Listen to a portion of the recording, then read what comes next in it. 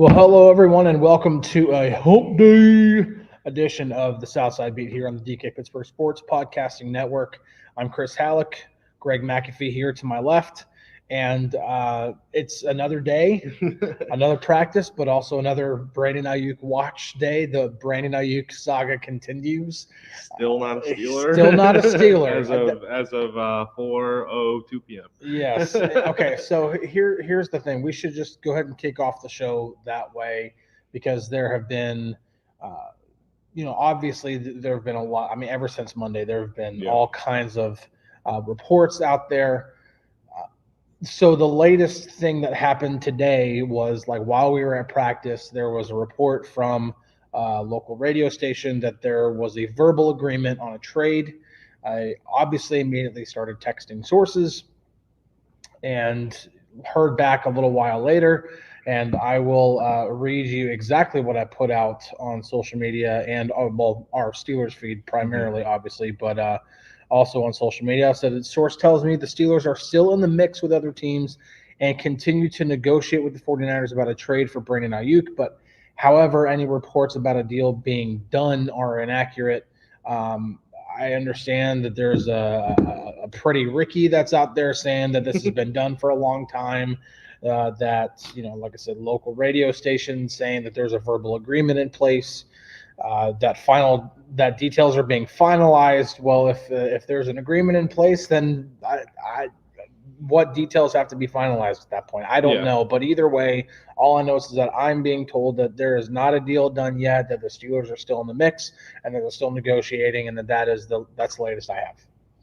Yeah, it's just an ongoing roller coaster of a day, really. Not gonna stop. Just trying to figure it out. Yeah, but Brandon Aiyuk is still a San Francisco 49er until the deal actually is done and finalized.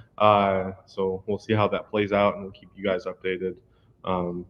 As things kind of continue here. So obviously, when it comes to the Brandon Aiyuk stuff, I'm being told that, that the Steelers are still in the mix with other teams. And of course I can try to deduce what else has been happening. There are reports from very reliable people that the Patriots have removed themselves from the negotiation, that apparently Brandon Aiyuk doesn't want to be in New England. I have my doubts about Cleveland, regardless of any reports or anything that are out there. I have my own personal doubts about Cleveland.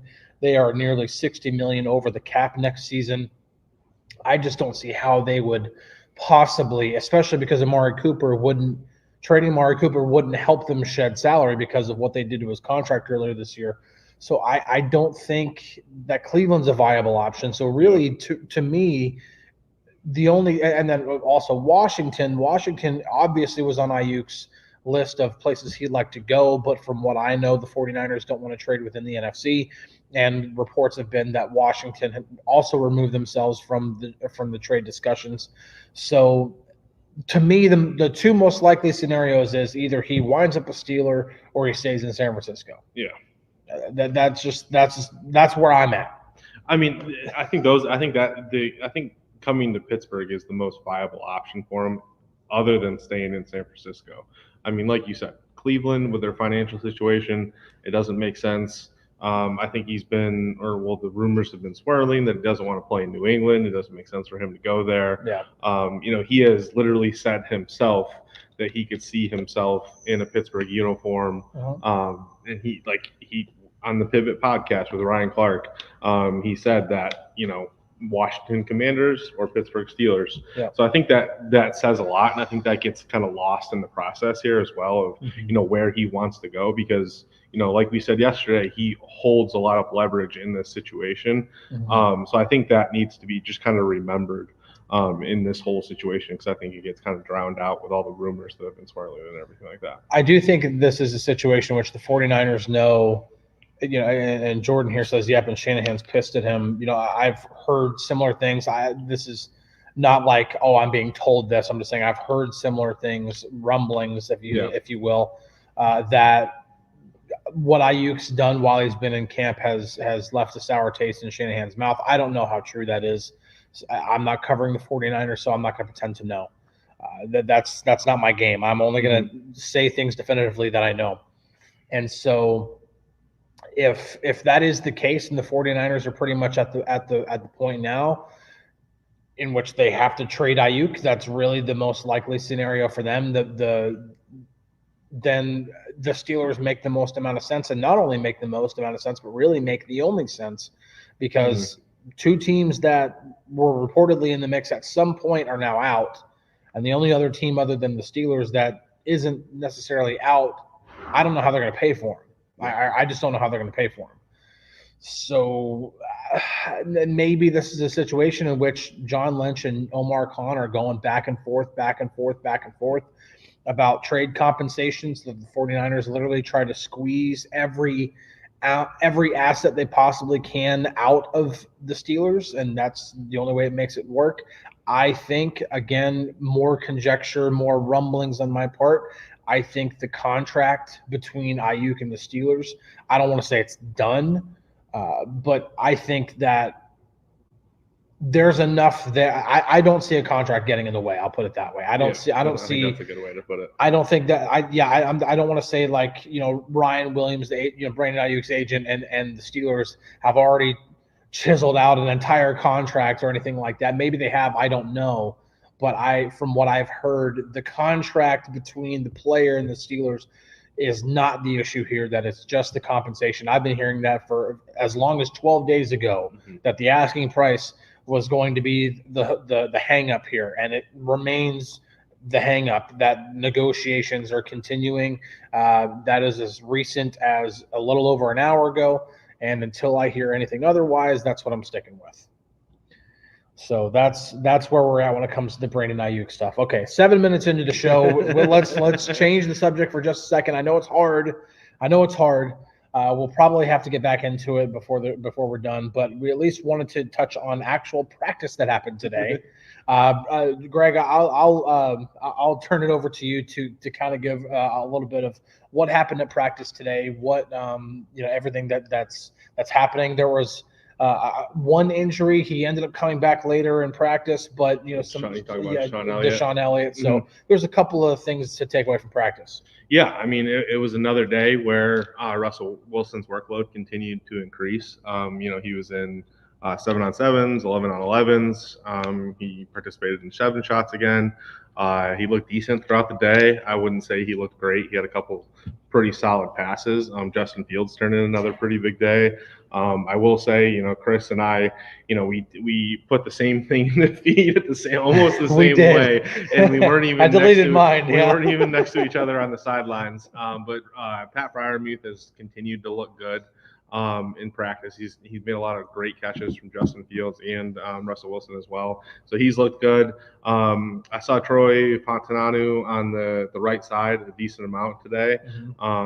So I think he was with the ones for a decent amount. Correct me if I'm wrong. Yeah, he spent some time, definitely some significant time with the ones. But again, I kind of anticipate that. Broderick Jones, ever since he kind of had that elbow issue, he's been wearing a big brace on his right arm. And so at times he will be, I don't want to say limited, but he'll take some extra reps off that he wouldn't have normally taken off for a second-year player. Yeah. So I think there's definitely some preservation going on there when it comes to Broderick Jones' health. But as Mike Tomlin says, one man's misfortune is another man's opportunity. That's what I was going to follow up. So Fontananu is getting some reps with the first team because of it, and that's a good thing. Yeah.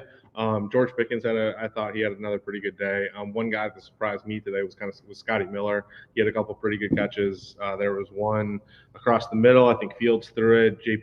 Joey Porter Jr. tried to jump it, and it kind of bounced off Scotty's hands. He was able to fingertip it in and reeled in for a touchdown in 2-on-2 coverage.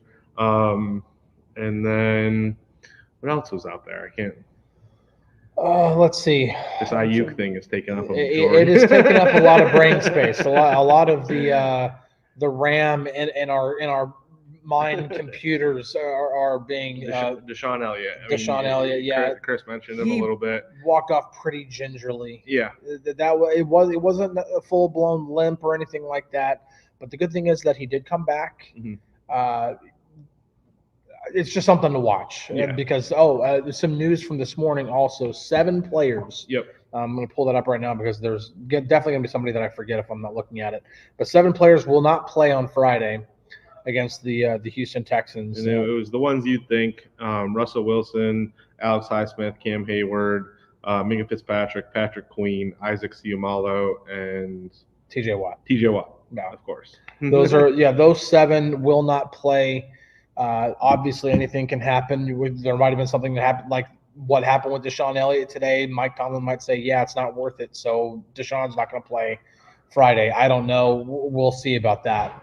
But obviously, there's another practice tomorrow. I don't think either way. I would expect it to not be a padded practice, but I don't think it can be a padded practice because I don't think you're allowed to do 3 in a row. So. Today was kind of light too. Nothing like too physical or anything like that. Like the biggest hit I saw was, I think it was the first rep of 7 shots. TJ Watt. Oh no, it wasn't first. It was maybe the second. I can't remember when it took place. I'm trying to remember the 7. TJ Watt came in off the side and he tried to blow up Najee Harris, and Harris kind of stood his ground. It was pretty nice. I think it was the second play. Okay. Because I think Najee went in on the first play. Jordan here asks, will they try Leal in place of TJ? He said he's been working on Sunday. He said he's been working at a little bit of outside linebacker, just kind of creating a familiarity with the position, figuring out his responsibilities and stuff like that. So I could see that being a possibility in the preseason.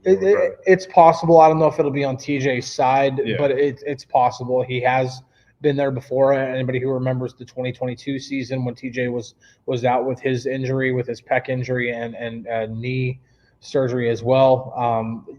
DeMarvin Leal did play a little bit in that spot. Didn't necessarily do great, which is why they ended up getting Malik Reed. I would anticipate that as long as he's healthy, because I didn't see Marcus Golden today, that the starting edge rushers would be Marcus Golden and Nick Herbig on Friday night, and then from that point on, it'll be probably DeMarvin Leal, be a little bit of Jeremiah Moon, and some of these other guys that can play on the edge as well. So yes, Leal, I would expect at least for Friday to get some reps on the edge. I just don't know if it'll be on TJ's side or Alex's side, but either way, the 2 starting edge rushers are out. Black and Yellow Texas Steel asks, is Fields looking better than Russ, taking into consideration Fields has more reps? I don't know if I would say better. Fields has the best way I could continue to phrase what Justin Fields is doing is that he is making the most of this opportunity. That's just the best way I can put it. He's looked like a guy who is on a trajectory to be better than he was in Chicago. I'm not going to sit here and try to make any guarantees or predictions that's what's going to happen, because we all know that training camp and preseason can be a fickle expletive. There's only so much stock you can take out of what you see on a practice field or what you see in a practice game, which is essentially what the preseason is. The only thing that preseason does is it does ramp things up to full contact. It does ramp things up to guys on the other side of the ball wanting to make a name for themselves, and so they're not letting up on a sack or something like that. Other than that, there's nothing else that you can really take from it. The team on the other side is not strategically trying to limit Justin Fields or Kyle Allen or John Reese Plumlee or whoever it is. They are just – preseason is more sole focus, like center focused, than it is focused on the other opponent. And all of that being said, I'm just saying that, like, Justin's made the most of his opportunities that he's had so far, but I'm far from saying anything along the lines of, like, this dude has looked way better than Russell Wilson, that he has to be the starter week 1. I'm not going there, and the Steelers aren't going there. Yeah, I think, throughout this entire conversation, we've kind of kept the same opinion on it, which is until Russell is, back fully healthy in training camp practices and practices leading up to the regular season, I don't think there's really a quarterback competition. Mike Tomlin himself. There is one. There is one, but like in an essence of him returning to full snaps. Yeah. He's still a partial participant. He's not taking every first team rep there is. He's still working his way back, and I think that's when it becomes that real quarterback competition where they're going to be judged on the same level in a way. Yeah, no, it was. Even the way Tomlin said it this morning was a little like Tomlinism like. Yeah, I think, trust me, Mike Tomlin knows exactly what he's doing when it comes to messing with the media. The thing that I can just definitively say about this is Russell Wilson is the preferred starting quarterback right now for Mike Tomlin. Who knows what happens by September 8th when the Steelers actually take the field against the Falcons.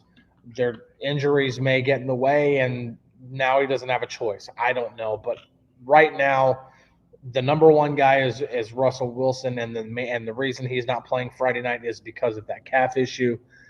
I asked Mike Tomlin directly, at what point do you become concerned of Russell Wilson's lack of reps in the first team? And he just flat out said, I'm not. All right. Straight answer. Appreciate it. Like that's there you go. There's like I just don't think I don't think that there is. He calls it a quarterback competition. I don't see it as one right now, but I do think that it would behoove Justin Fields to continue to do what he's doing, and even I would say it would be even better for him if he actually took these preseason games and looked really good in them. Yeah. I'm not talking about just like they have to score touchdowns on their series like we saw with Kenny Pickett last year. How is he looking whenever he's in the pocket? How is his footwork looking? How are his mechanics looking when he's throwing? Because we know what he's capable of whenever he's able to improvise or whenever he goes and takes off. He's a 1,000-yard rusher in the NFL. We know that. It's all of the other things. Is he making boneheaded decisions? Is he turning the ball over? Those are the things that you need to look at when it comes to Justin Fields. And the better he does when it comes to getting those worries put to rest, then that's whenever you can be like, maybe Justin is the guy for this team. Yeah. Let's see. There was another one up here. Barber asks, how important are the tight ends in Arthur Smith's offense? Could Muth suffice as a number 2 if no trade is made? Yes, I mean, like I would say Freiermuth could absolutely be the second most productive receiver in this offense if there's no trade for a Brandon Aiyuk or anybody else. And the number 2 receiver on the depth chart is Van Jefferson. I could absolutely see that happening. Lots of multiple tight end usage, a lot of 12 personnel, a lot of 13 personnel, but I don't think, like, for somebody who might hear that might be like, well, then why trade for Brandon Aiyuk? Well, because if you get Brandon Aiyuk, you can absolutely still run with 2 receivers on at any point, and you could have George Pickens and Brandon Aiyuk. Why wouldn't you have that? Mm-hmm. Especially whenever Brandon Aiyuk is already a very accomplished blocker, and George Pickens, is being taught by a coach that is going to try to push him to do things he might necessarily want to do. And Pickens has the capability. He's put guys on his back before. So, yes, I do think that Freiermuth could become a number 2 of sorts if there's no trade being made. But tight ends are a big part of Arthur Smith's offense. You've seen it too. Yeah, I mean, they've been out there a lot. I mean, there have been times where we've seen 4 tight ends on the field at one point. And so I think the way that he's used tight ends throughout the beginning of training camp has been very interesting. And I think all of them, there's a shot. I mean, Pat Freiermuth, Darnell Washington, Michael Pruitt, Rodney Williams, Connor Hayward, they've all seen time. Mm-hmm. And they've all had like splashes. Yeah. Connor Hayward is obviously a guy that can also switch into the backfield and play fullback a little bit. I believe he's listed as the top fullback on the depth chart. I could be wrong. Connor Hayward is the number 1 fullback right now. So I mean, and all these guys they're big body guys too, so they can be used in a multitude of ways. I wouldn't be surprised if some of them ended up on the special or the kickoff unit and things of that nature. But they're also being used in a multitude of ways in this offense. So I think the more depth they have there, probably the more usage they'll get throughout the season. The SciFi Guy 3 asked, why did you guys start at 3:40? We actually started at 4 o'clock because we swapped time slots with the Ramon show. The Ramon show is at 3 o'clock, which is our typical slot here on the DK Pittsburgh Sports YouTube channel. But we had to just for time, obviously for Ramon, we swapped places. Ramon and DK went at 3 o'clock. We're going here live right now at 4 o'clock. It's just part of what happened today. We got to do. Yeah, of course. So it'll be interesting to see what we do for Friday, because obviously, like we'll probably do 3 o'clock show, but then not long after that, I think you and I both will have to head to the stadium and be there. All three of us, DK, myself, Greg, we're all going to be covering the game Friday night. So we're definitely excited about that. But we'll typically we're 3 o'clock, but today was just a little bit different. Brian asks here, what drafted rookies will not make the team and most likely are headed for the practice squad? And he specifically asks about Lee and Watts. I do think that Ryan Watts is probably the least likely rookie to make it right now. Yeah. And I don't necessarily think that that's just because, I don't think he's a good player or can be a good player. It just seems like there are a lot of options being used ahead of him right now. Meanwhile, Logan Lee has been utilized a bit more, not only on the defensive line where he is in the pecking order there, but also on special teams. Mm-hmm. He's even done a little bit of long snapping on the other side of the field or on the other field. Not saying that he's going to take Christian Kuntz's job. That's not happening. They just signed Christian Kuntz to a 3-year contract. But still, when you're looking at what a guy can do and how a guy can best secure a roster spot, being able to do things on special teams definitely helps. And I see Logan Lee as being more of a contributor on special teams right now than Ryan Watts, which would make him a more likely candidate. But I think just about everybody else is in a pretty good spot to make the roster right now. Yeah, I mean, I was kind of under the same impression as well. I think Watts would probably be the one guy that wouldn't make it at this moment, just because still not 100% on Lee though, but it's looking better for him. But I think Lee is kind of taking advantage of his opportunities. Mike Tomlin even shouted him out in practice on Sunday, after everything, and kind of took advantage when, Ogunjobi and Keanu Benton were out in 7 shots and goal line situations. And, when you have the head coach ringing that bell for you, it helps. So, so I'm kind of under the same impression as Chris. So, I do think that when you look at all the other rookies, obviously Faltanu, and then I'm going through them all in my head right now. Frazier, Roman Wilson, Peyton Wilson, those guys, and then Mason McCormick. Like those 5 guys, I think I'm not going to say that they're locks, but I think they're locks. I don't see any of those guys not making the roster. Yeah. McCormick, especially if James Daniels is part of a potential Brandon Aiyuk trade. I don't necessarily think that McCormick would immediately just slide in at right guard if that were to happen, but that definitely gives McCormick a better opportunity to be like a lock for this roster if something like that were to happen. So, but I think those 5 guys are pretty much locks, and then the 2 6th-round guys, Lee and Watts, are the only 2 to really watch. And like I said, I think Lee's ahead of Watts. Not guaranteed for either one, but at least Lee can be used on kickoff, can be used on field goal. I remember he blocked a field goal in college, so he can be used in a number of ways. And so whenever you have the ability to contribute in different ways, Mike Tomlin always values that. And versatility. That's a big one. Mike Tomlin loves his versatility. So anytime we get any kind of update or anything like that, because we have notifications on for all the insiders and everything like that. But nothing right now.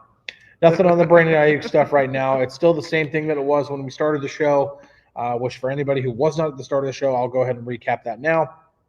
The Steelers, according to what a team source too, this is coming from inside the Steelers, they are in the mix right now. I'm being told that they are in the mix right now, and that they are negotiating with the 49ers right now. They have been negotiating. They still are negotiating, but that a deal has not been done. Talks about a verbal agreement or that just flat out that a deal is done. Those are inaccurate. it's just that's what I'm being told from within the organization, and that's the best way that I can put it. There's no other fluff or anything that I need to put with it. I do think, to echo again what I said earlier in the show, that if you twisted my arm or put a gun to my head and said, Chris, give me your prediction on what happens, I do think Brandon Aiyuk becomes a Steeler. Mm-hmm. But if that doesn't happen, then I think the only other plausible option right now is that he would just somehow stay with the 49ers. Unless there is some sort of mystery team out there that nobody's reporting on right now, or maybe somehow Washington got back into the mix somehow, and nobody else is on that. That would be the only other team that I think would have a chance of truly beating the Steelers. But that would also mean that the 49ers have to soften the trading him within the NFC. And that doesn't seem to be the case.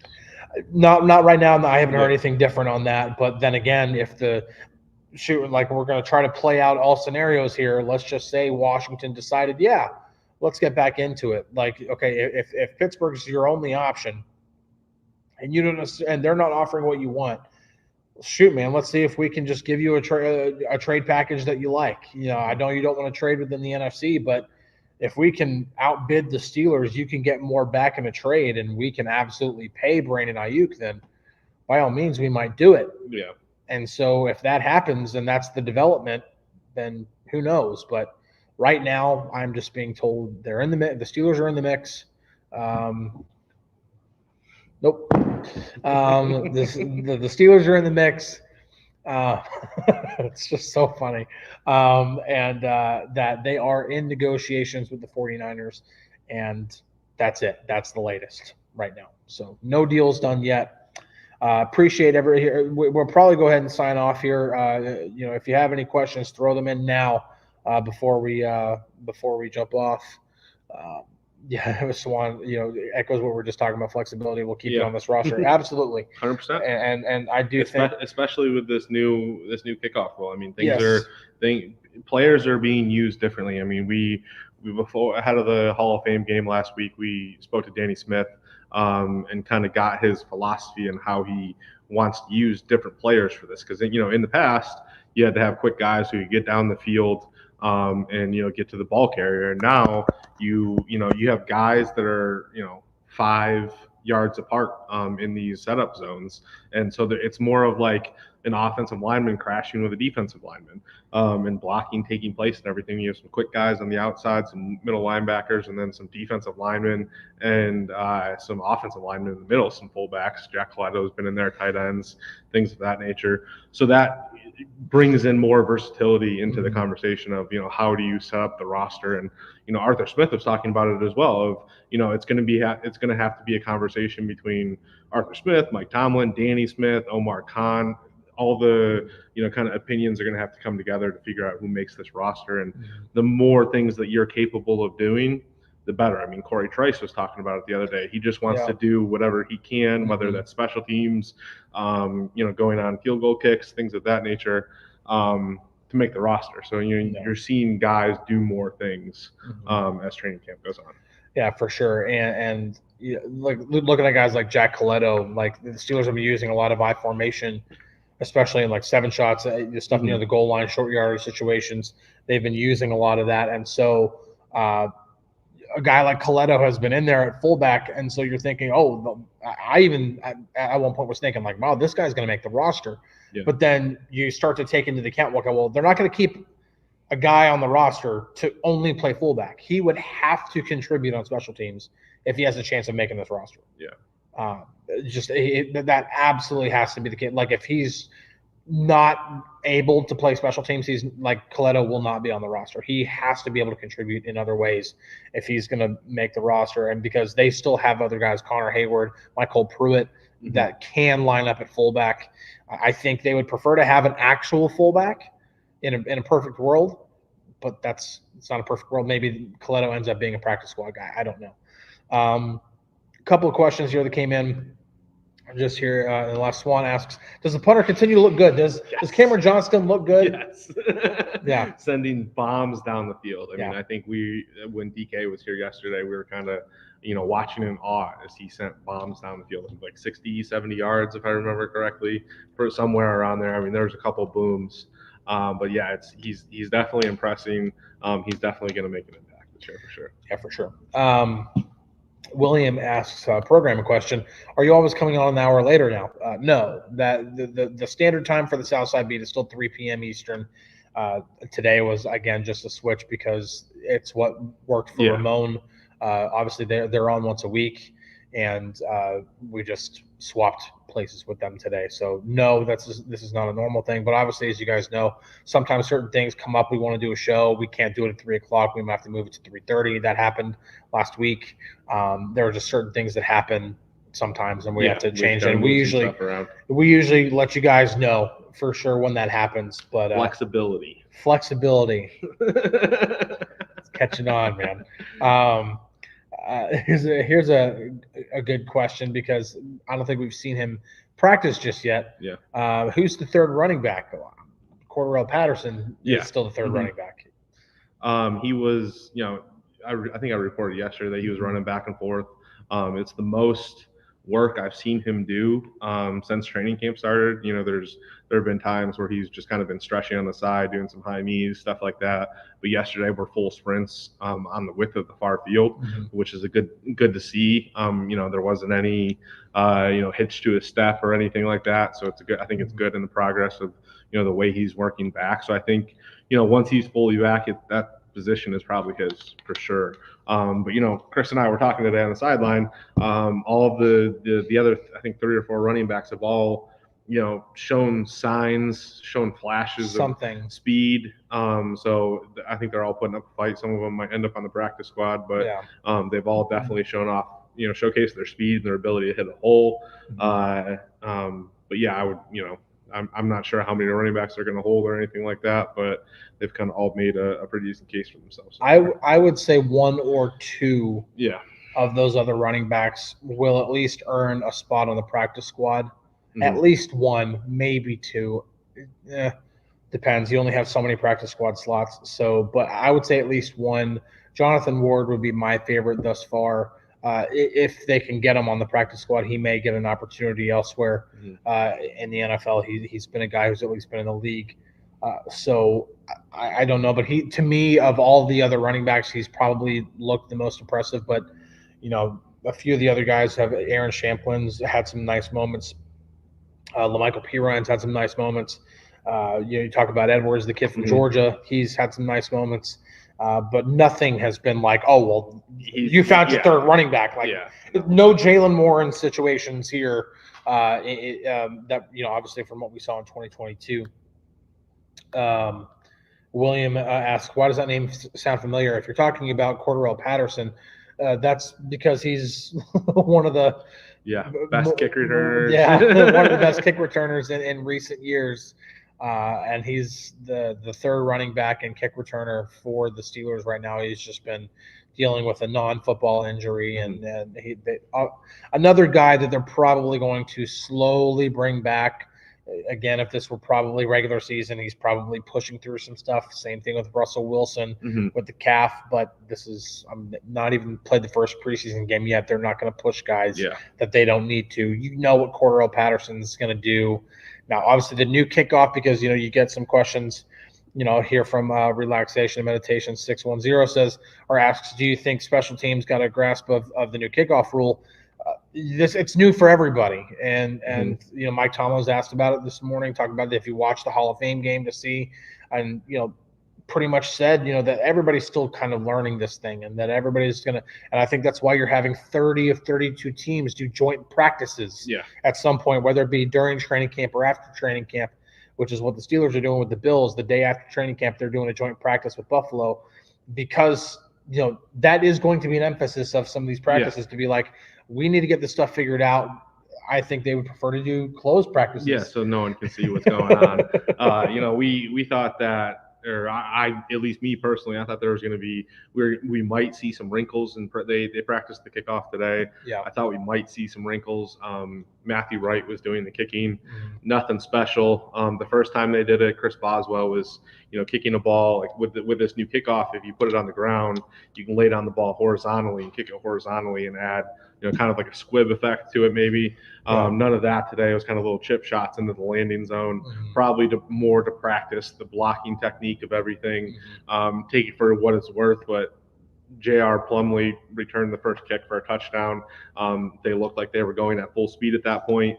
After that, it was a little more, all right, this is what we want to do. This is what we want to practice, opening up the holes and everything like that. So the defense wasn't going necessarily full speed after that. But it looked interesting. I mean, Danny Smith is a good special teams coordinator, so I'm sure he'll get it figured out. He spoke pretty confidently last week when we talked to him about it. He didn't have any questions, nothing like that. He just wanted to have an open line of communication with the officials to make sure that they were practicing it correctly, and it seems like they did. So it'll be interesting to see how they execute it in a game for the first time. And then, when they have that practice at Acrisure Stadium with the Bills, I'm sure we might see some wrinkles. if you're looking for any kind of wrinkle, though, thus far, I do think, what Greg brought up there is, the kickoff coverage team isn't allowed to start charging toward the returner until he catches the ball, or at least touches the ball. And so the kicker could do one thing. He could, kick it really high and try to land it in that, 0 to 20 range in that landing zone, but kicking it really high does nothing. It doesn't give your guys more time to get down the field or like it used to. They can't move until the returner touches the ball. But if you do this squib effect, if you kind of kick it off the ground like that and you land it into 0 to 20, and now they're having to field the ball off of a bounce, and as we all know, anybody who have ever played with a football before, we know that the ball can bounce any which way. It can be unpredictable. Maybe you cause some fumbles. Maybe you cause at least a guy who has to spend some of the time scrambling just to secure the ball. And lo and behold, there might be be 2 or 3 guys only 5 yards away from him by the time he collects the ball and all of his wits. So it's interesting to see how this is going to play out. I do think that we're going to start to see some things that are going to go beyond, for example, what we saw in the Hall of Fame game, because was pretty boring. I think people will start to kind of experiment with the rules a little bit and start getting a little more creative with how they execute it maybe. But then, you could have teams that just kind of approach it like, we're going to boot it through the end zone. We're going to give them to it at the 30 and just go. We'll see how it goes, but it'll be interesting to see, I think. All righty, guys. Well, we're going to go ahead and wrap it up for today. Thank you so much for joining us for this hump day edition of the Southside Beat. We will continue to monitor the Brandon Aiyuk saga. Hopefully by the time we join you, or you join us, or we all come together again, that this thing is all done one way or another. So we'll have to figure it out tomorrow. Yeah, we'll have to figure it out, because there still is one more practice before Friday's game. So there will be practice again tomorrow, 10:30 in the morning. Like I said, not a padded practice because it's the day before a game. They can't do 3 in a row. But it'll be we'll figure it out tomorrow. But hopefully this thing could just be put to rest and we can stop talking about it. So appreciate you guys. Thank you so much for joining us live. Or if you didn't watch us live, thank you for listening. We really appreciate it, each and every one of you. We will catch you guys on a flippity flip. See you guys.